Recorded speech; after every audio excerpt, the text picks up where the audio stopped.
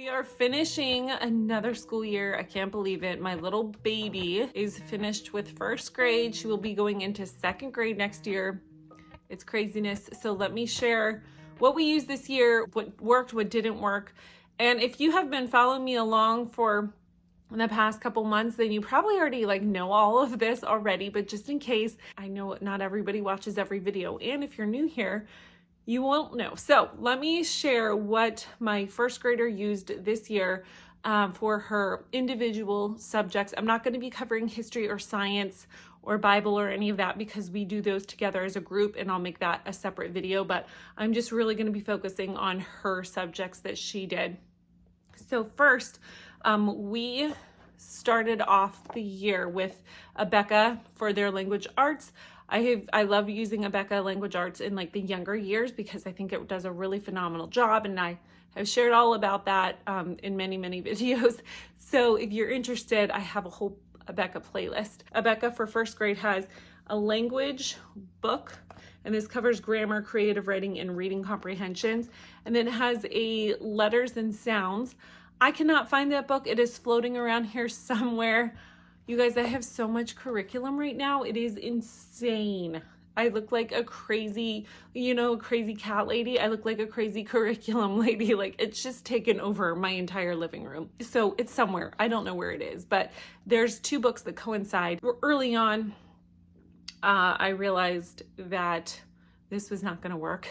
It's just totally not her style. Abeka's although it's very thorough and great, it just wasn't working for her, and she was starting to hate school. So to me, you have to weigh the pros and cons and the risks and benefits, I guess. And what do I care more about? Her hating reading and hating learning and having terrible memories when she, of her first memories of school were terrible, or something that she enjoys. And I'm going to pick something that she enjoys. But still obviously is going to do the job. I can't even remember. I feel like it was maybe a quarter of the way, halfway through the year. It was maybe halfway through the year. We tried to do Explode the Code because I had another daughter who did that and loved it. That was a terrible mess. Not that Explode the Code is bad. It's just specifically for her. She hated that one too. And she's my very go with the flow child. She is the least dramatic child you've ever met. She's just easy to please. So if she's very obstinate, I'm okay, so it must be really not good if you don't like it. So we dropped that. I'll show what we went with them in just a minute, but we did continue for abeka because she's still learning to read. She's in first grade. I really like to make sure they have a good phonics foundation. So we still did these big basic phonics flashcards from abeka. We still continued those.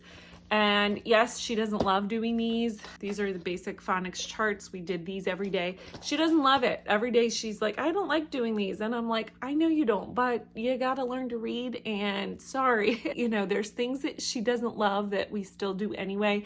And then there was things that she didn't. She was just completely adamant. And I was just like, all right. So pick and choose your battles, definitely, which we did. But this is one that I just continue to go with for her phonics, just to make sure she was getting that good solid phonics foundation. What we ended up going with is where is it? The Good and the Beautiful level 1. I leave it open all the time because every single book I've ever gotten from the Good and the Beautiful, their pages, their things always tear out. I love them, but their binding is not always the best. See, look, it's already coming apart. Anyway, so we did level 1 from the Good and the Beautiful. We're still working on it just because we started, like I said, about halfway through the year. So we won't finish it this year. I don't know if I'll work on it next year, but through the summer, or just pick up next year. Probably likely just picking it up next year. I highly doubt I'll be working on it this summer with her, to be honest with you. So this is good, lovely. She absolutely loves it. I have my own thoughts on it, but it's working for her, and she really enjoys it. And so I think she is learning a lot. So we'll continue with that. She has told me multiple times, it's like they went in my head and figured out everything that I love, and then they made it into a book. And I'm like, oh my goodness, you're so cute. Okay. So we'll continue with that. She's been enjoying it. This is going to cover, it covers phonics, grammar, but it also has like art and geography, poetry, things like that. So it's going to encompass a lot of different elements to it, not just like, whereas Abeka's mostly just phonics and grammar and very basic sentence structure. Or I'm sorry, Abeka first grade does not have grammar in it at all. And I really actually like that. But this incorporates all of those things. It has spelling in it, all of that. So we're going to continue with this. It's working really, really well. Her spelling, I mean, within just a few weeks, I knew she's a young first grader. So she honestly, if she had started, like if our school years were in January, she would have been ready for first grade. Like that's just what I'm noticing for her. We'll see how it goes next year, but I just feel like she was not quite ready. And so I didn't want to push her again and make her just be in tears and hate learning and hate all of that, hate reading. So I knew pretty much soon on with all the Abeka she was doing plus spelling, it was just too much. And so we definitely put this on the back burner. I was like, if she picks it up, fine. If not, so one day she came up to me a couple months ago, maybe in like February, and wanted to do a spelling list. So we've been doing this and we will continue. We're only going to be like 10 or 12 lessons in by the end of the year. So we'll continue that for second grade, but she has really loved she's liking to do spelling because her older sister does spelling. And so she thinks she is like so big. She gets a test on Friday. She wants to make sure she gets 100%, A++. She's liking it. That does come with poetry.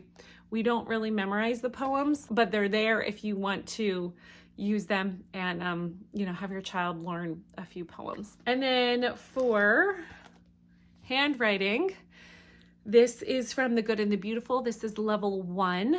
This is not something she loves to do, I'll be honest. Oh, okay, let me back up. She doesn't like handwriting in general.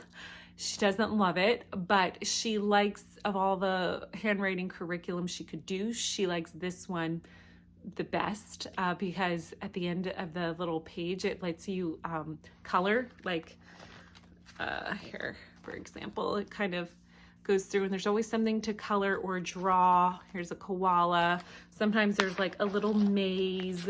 So she just really enjoys doing that. As you can see, there's always something to extra to color, and then the amount that they're given per day, and I only have her do 1 page a day.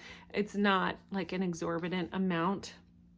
And so, it only takes a few minutes. There's about 100 pages. So they wouldn't even have to necessarily do an entire page a day. Somehow we got a little bit behind on this, and she wants to make sure she finishes it for the end of the year.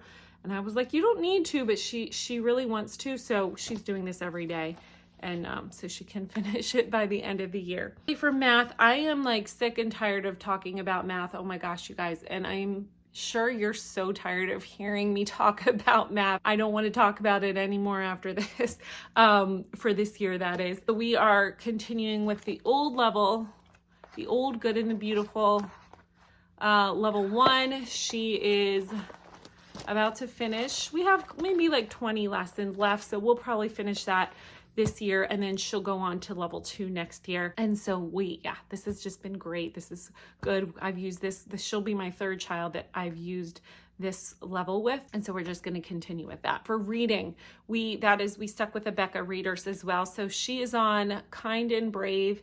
This, so you can see the readers aren't terribly thick or terribly big or overwhelming.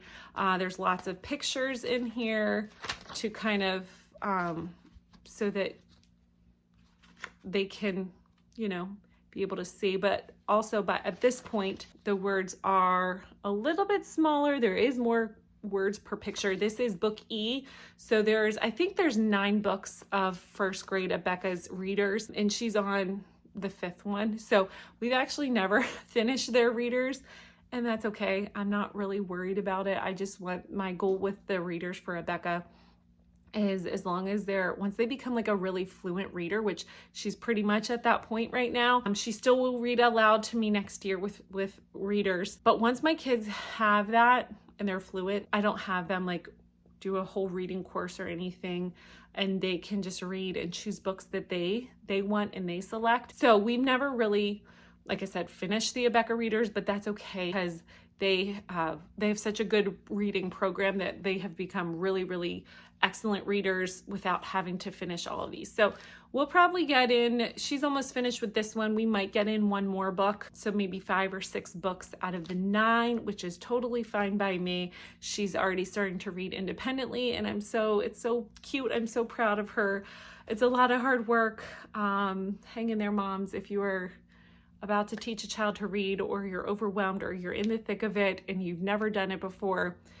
It is hard, and I tell them all the time, this is just a little side note, when they get discouraged, I just keep reminding them all the time, like, I know it's hard, I know, but you know what? It'll be so worth it in the end. When you're able to read, it's going to be so worth it. And I know there's hard things we always have to do, but it will be worth it. And so I kind of remind them and encourage them how good of a job they're doing. And it is it takes a lot of brain power to work through this and to figure the words out. And you're doing so good. Just stay positive, stay encouraged.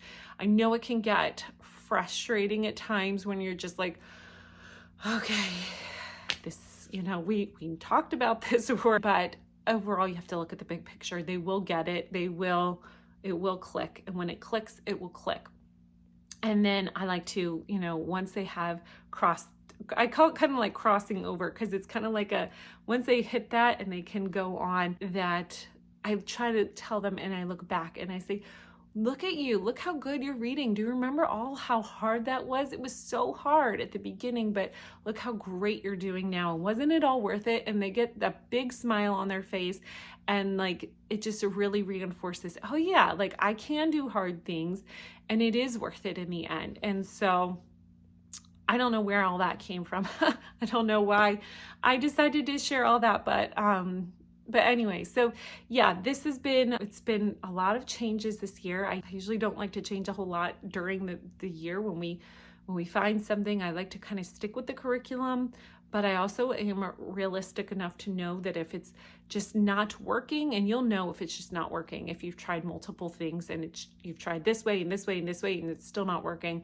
sometimes you just have to look for something else. And I truly do believe that sometimes, people say the curriculum is just a tool, and I do agree with that. But on the other hand, it can make a world of difference finding something that fits you versus not. Like, my daughter went from hating pulling all the books out. When I would pull them out, it just was not a pleasant experience, to absolutely loving it now. And she really enjoys it. And now, more importantly, she's going to love reading.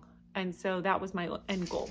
So I think it was totally worth it. So anyway, that's just my little 2 cents for what it's worth. I hope you enjoyed this video. I hope it was helpful. I always love end of year reviews, just because it kind of gives you an idea of like how it worked, and tips and tricks, and hey, I noticed this and I noticed that. And so I always love looking at the end of the year reviews just as much as new school videos. So anyway, if you did, make sure to like this video. It really does help out. If you would like to subscribe, I would love to have you here. I hope you have the best day, and I'll talk to you soon. Bye-bye.